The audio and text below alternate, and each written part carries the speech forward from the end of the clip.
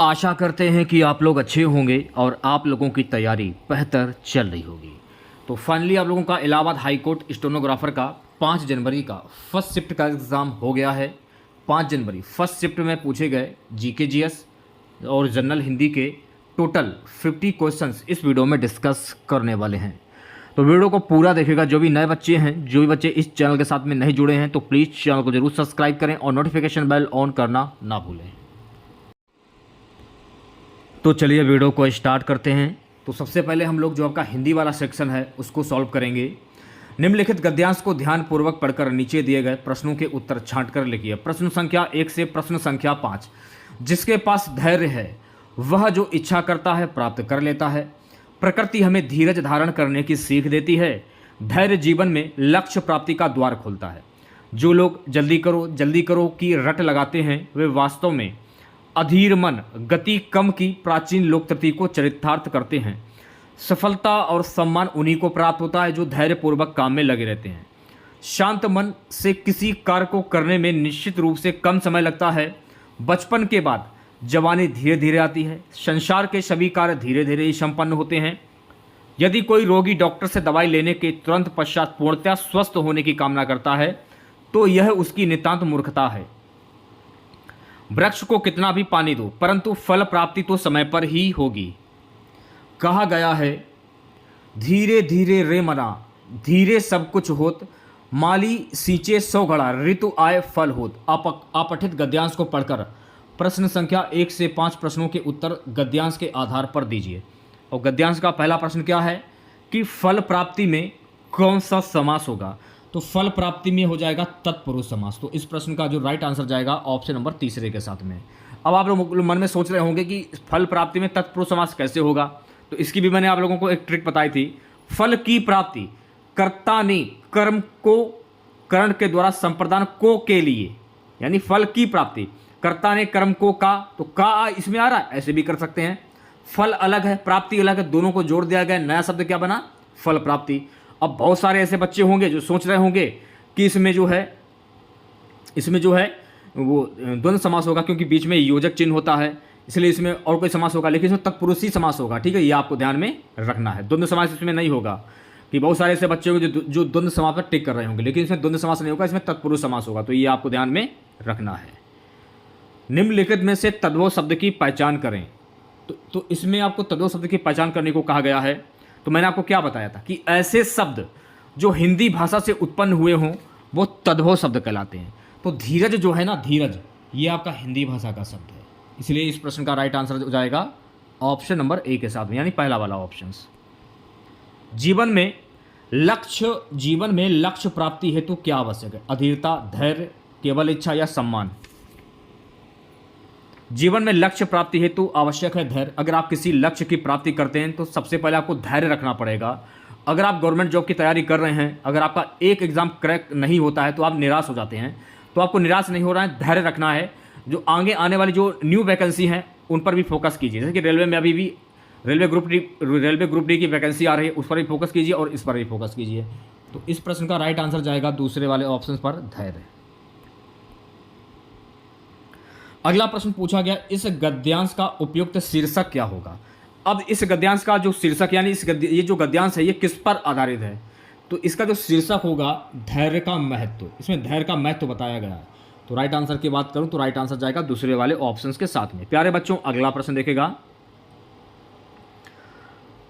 अधीर मन गति कम वाक्य को क्या चरितार्थ करता है। तो गाइस ये चरितार्थ करता है जल्दी करो की रट लगाना। तो इस प्रश्न का जो राइट आंसर जाएगा ऑप्शन नंबर 2 के साथ में। ठीक है,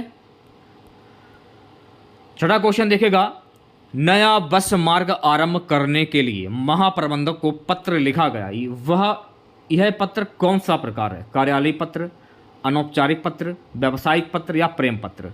तो अगर आप किसी नए बस मार्ग आरंभ करने के लिए किसी महाप्रबंधक को अगर पत्र लिखते हैं तो इसे हम कहते हैं कार्यालयी पत्र। तो इस प्रश्न का जो राइट आंसर जाएगा मेरे प्यारे बच्चों ऑप्शन नंबर 1 के साथ में। ये मान लीजिए जो कुछ मैंने आप लोगों को हिंदी में पढ़ाया है, हमारा पढ़ाया हुआ सब आया है, चाहे जीके हो या फिर हिंदी हो। अगला प्रश्न, संघार शब्द में उपसर्ग बताइए। संघार, तो संघ मैंने आपको क्या बताया कि स्टार्टिंग का जो शब्द होता है वो आपका उपसर्ग होता है और लास्ट वाला जो शब्द होता है वो आपका प्रत्यय होता है। तो मैंने आपको अपनी क्लास में बताया कि इसे आप तोड़ लीजिए, इसकी संधि कर लीजिए। तो संघार की संधि विच्छेद क्या होते हैं? सम धनहार। तो शम कहाँ पर है? शम ये रहा। तो पहला ऑप्शन जो है ये बिल्कुल सही हो जाएगा। संघार में शम जो है उपसर्ग हो जाएगा। नेक्स्ट क्वेश्चन देखेगा प्यारे बच्चों, अगला प्रश्न है कि छंदों को पढ़ते समय कई स्थानों पर विराम लेना पड़ता है, उसे क्या कहते हैं? छंदों को पढ़ते समय कई स्थानों पर विराम लेना पड़ता है, उसको हम कहते हैं मेरे प्यारे बच्चों यति कहते हैं। तो दूसरा ऑप्शन जो है ये बिल्कुल करेक्ट हो जाएगा। ठीक है, नेक्स्ट क्वेश्चन देखेगा। अगला प्रश्न है, इनमें से निबंध का प्रमुख अंग नहीं है? उपसंहार, विस्तार, छंद या भूमिका? छंद जो है ना गाइस, ये निबंध का प्रमुख अंग नहीं है, क्योंकि छंद छंद होता है, ये निबंध नहीं होता है। तो राइट आंसर की बात करूं तो राइट आंसर जाएगा तीसरे वाले ऑप्शन के साथ में। ठीक है, नेक्स्ट क्वेश्चन देखेगा प्यारे बच्चों। अगला प्रश्न है, अग्नि शब्द का पर्यायवाची शब्द क्या होता है? कृशाणु होता है, धनद होता है, गो होता है या घौ होता है? अग्नि का पर्यायवाची शब्द इनमें से क्या होता है? तो अग्नि का पर्यायवाची शब्द कृशाणु होता है। तो पहला ऑप्शन जो है ये बिल्कुल करेक्ट हो जाएगा। नेक्स्ट क्वेश्चन देखेगा, गेहूं शब्द का तत्सम शब्द क्या होगा? देखिए गेहूं जो है ये हिंदी भाषा का शब्द है, यानी ये तद्भव शब्द होगा। तो गेहूं को जब आप संस्कृत में कन्वर्ट करोगे तो इसका तत्सम शब्द क्या बनेगा? तो ये भी प्रश्न मैंने आपको कराया था। तो गेहूं का तत्सम शब्द होता है गोधूम। तो पहला ऑप्शन जो है ये बिल्कुल करेक्ट हो जाएगा। सिंपल सा क्वेश्चन है। अचौहिड़ी शब्द का संधि विच्छेद क्या होगा? अचौहिड़ी, तो मेरे प्यारे बच्चों अचौहिड़ी का संधि विच्छेद होता है। वैसे अचौहिड़ी का संधि विच्छेद जो होता है अच धन अचधन ओहिनी, अचधन ओहिनी ना होगा, लेकिन ना इसमें कहीं दिया नहीं है। देखिए अचधन ओहड़ी दिया है, एड़ा यानी एड़ा खाली दिया है, इसमें ना होता तो ये सही हो जाता। तो अछौड़ी की संधि विच्छेद ये होती है, ना कि ये होती है। लेकिन फिर भी अगर आप राइट आंसर टिक कर रहे होंगे तो ये जो है सही होना चाहिए, लेकिन सही नहीं है, ये गलत है ये। चलिए बढ़ते हैं नेक्स्ट क्वेश्चन की ओर। प्यारे बच्चों अगला प्रश्न क्या है? वक्र शब्द का विलोम शब्द क्या होता है? ये भी प्रश्न कराया था। वक्र का विलोम शब्द होता है मेरे प्यारे बच्चों त्रिजु। तो इस प्रश्न का जो राइट आंसर जाएगा ऑप्शन नंबर पहले के साथ में। ठीक है, नेक्स्ट क्वेश्चन देखेगा। श्लिष्ट पदों से अनेक अर्थों के कथन को क्या कहते हैं? खाली स्थान के लिए उपयुक्त शब्द चुनें। तो श्लिष्ट पदों से अनेक अर्थों के कथन को हम क्या कहते हैं? तो मेरे प्यारे बच्चों इसे हम कहते हैं अलंकार। तो इस प्रश्न का जो राइट आंसर जाएगा ऑप्शन नंबर तीसरे के साथ में। ऐसा हथियार जिसे फेंक कर चलाया जाए के लिए एक शब्द का चयन करें। धनुष बाण, अस्त्र, गदा या शस्त्र? तो ऐसा हथियार जिसे फेंक कर चलाया जाता है उससे हम कहते हैं मेरे प्यारे बच्चों अस्त्र कहते हैं। तो दूसरा ऑप्शन जो है ये बिल्कुल करेक्ट हो जाएगा। निम्नलिखित में से सही वर्तनी वाला शब्द छांटिए। तो शुद्ध वर्तनी किसकी सही होगी? क्लेश। देखिए क्लेश का आप लिखते हैं तो क्लेश ऐसे लिखा जाता है। तो राइट आंसर की बात करूं तो राइट आंसर जाएगा पहले वाले ऑप्शन के साथ में। मंत्रालय अथवा कार्यालय द्वारा निकाले गए आदेशों की सूचना का संकलन क्या कहलाता है? तो मंत्रालय अथवा कार्यालय द्वारा निकाले गए आदेशों की सूचना का संकलन गाइस ये कहलाता है परिपत्र। क्या कहलाता है? परिपत्र कहलाता है। तो तीसरा ऑप्शन जो है ये बिल्कुल करेक्ट हो जाएगा। 18वां प्रश्न, एक ही भाव तोलना, इस मुहावरे का सही अर्थ क्या होगा? यानी कि एक ही भाव तोलना यानी सारे कस्टमर को एक ही भाव में सभी चीज़ देना आप लोग, तो सबके साथ एक जैसा बर्ताव करना। तो चौथा ऑप्शन जो है इस प्रश्न का राइट आंसर जाएगा। ठीक है, चलिए बढ़ते हैं नेक्स्ट क्वेश्चन की और अगला क्वेश्चन देखेगा सभी बच्चे। समस्त पद सक्षम शब्द का विग्रह क्या होता है? सक्षम शब्द का विग्रह शब्द क्या होता है? तो इसका विग्रह शब्द होता है मेरे प्यारे बच्चों अच्छी के सामने। तो चौथा ऑप्शन जो है इस प्रश्न का राइट आंसर हो जाएगा। ठीक है, नेक्स्ट क्वेश्चन देखेगा। सो गाइस अगला प्रश्न क्या है? अगला प्रश्न है निम्नलिखित वाक्य में, ध्यानपूर्वक देखेगा, निम्नलिखित वाक्य में क्रिया का कौन से भेद वह अपना सिर खुजलाता है? तो इसमें वह अपना सिर खुजलाता है, इसमें कौन सी क्रिया होगी? तो मेरे प्यारे बच्चों इसमें हो जाएगी सकर्मक क्रिया। तो दूसरा ऑप्शन जो है ये बिल्कुल करेक्ट हो जाएगा। 21वां क्वेश्चन, निम्नलिखित में से कौन सा शब्द सरकारी कार्यालय पत्रों में प्रयुक्त होने वाला शब्द नहीं है? आदेश तो होता है, प्रतिवेदन भी होता है, अधिसूचना, लेकिन निमंत्रण नहीं होता है। निमंत्रण शब्द अलग चीज़ हो गया, ठीक है। तो चौथा ऑप्शन जो है ये बिल्कुल करेक्ट हो जाएगा। 22वां क्वेश्चन क्या है, निम्नलिखित में से पुल्लिंग शब्द की पहचान कीजिए। तो देखिए यहाँ पर आपको पुल्लिंग शब्द की पहचान करनी है, तो नक्षत्र जो है ना ये आपका पुल्लिंग शब्द हो जाएगा। तो राइट आंसर की बात करूँ तो राइट आंसर जाएगा तीसरे वाले ऑप्शंस के साथ में, ठीक है। नेक्स्ट क्वेश्चन देखेगा, घर में कुत्ता भी शेर होता है, दिए गए वाक्य में कारक चिन्ह चुने। तो घर में कुत्ता भी शेर होता है, इसमें कौन सा कारक होगा, में। तो राइट आंसर की अगर मैं बात करूं तो राइट आंसर जाएगा ऑप्शन नंबर तीसरे के साथ में। नेक्स्ट क्वेश्चन, लजीज शब्द के लिए उपयुक्त विशेष क्या होगा। लजीज किसे कहते हैं, माता पिता को कहते नहीं है, स्त्री को भी नहीं कहते हैं, लड़के को भी नहीं, भोजन को कहते हैं लजीज। कितना सिंपल सा क्वेश्चन है। तो राइट आंसर की बात करूं तो राइट आंसर जाएगा दूसरे वाले ऑप्शंस के साथ में, ठीक है। नेक्स्ट क्वेश्चन देखेगा, क्या पूजा क्या अर्चन रे, उस असीम का सुंदर मंदिर मेरा लघुत्तम जीवन रे। ये प्रस्तुत पंक्तियों में कौन सा रस होगा। तो मेरे प्यारे बच्चों इसमें हो जाएगा श्रृंगार रस संयोग। तो इस प्रश्न का जो राइट आंसर जाएगा ऑप्शन नंबर तीसरे के साथ में, ठीक है। चलिए हम लोग जीके वाले क्वेश्चन देख लेते हैं, जीके में कैसे क्या प्रश्न पूछे गए हैं।